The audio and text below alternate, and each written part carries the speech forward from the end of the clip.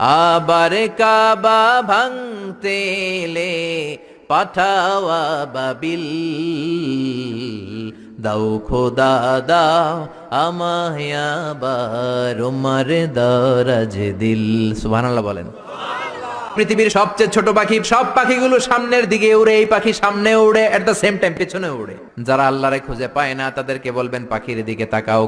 আওয়ালাম ইয়ারাউ ইলাত তায়রি ফাওকাহুম সাফাতিন ওয়া ইয়াকবিদ মা ইউমসিকুহুন্না ইল্লার রহমান ইন্নাহু বিকুল্লি শাইইন বাসীর। নাস্তিকগুলো কি আমার পাখিগুলোর দিকে তাকায় না? সুবহানাল্লাহ। এই যে পাখিগুলো থাকে ফাওকাহুম সাফাতিন, পাখিগুলো কেমনে ডানা মেলে উড়ে বেড়ায়, আবার নামার সময় ডানা গোটায়, ডানা ঝাপটায়, কেমন করে পাখিগুলো উড়ে।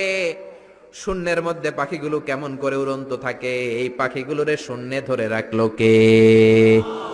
কেউ ওদেরকে শিখায় নাই, শিখিয়েছে আল্লাহ। আল্লাহ বললেন পাখির দিকে তাকাও। আওয়ালাম ইয়ারাউ ইলাত তায়র, কারণ পাখির মধ্যে নিদর্শন আছে না নাই?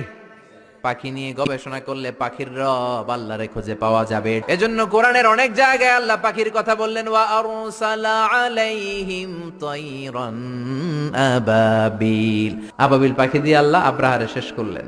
এরপর সাইয়েদনা সুলাইমান আলাইহিস সালামের একটা পাখি ছিল, নাম কি? হুদহুদ। ওইটার জুমিং পাওয়ার এত বেশি ছিল পাখিটার চোখে, সাইয়েদনা সুলাইমানের সিংহাসনও চড়তো, পাখিটাও চড়তো। আর কত নিচে সুমিষ্ট পানি আছে, এত উপর থেকে ওটা দেখে দেখে বলে যেতে পারতো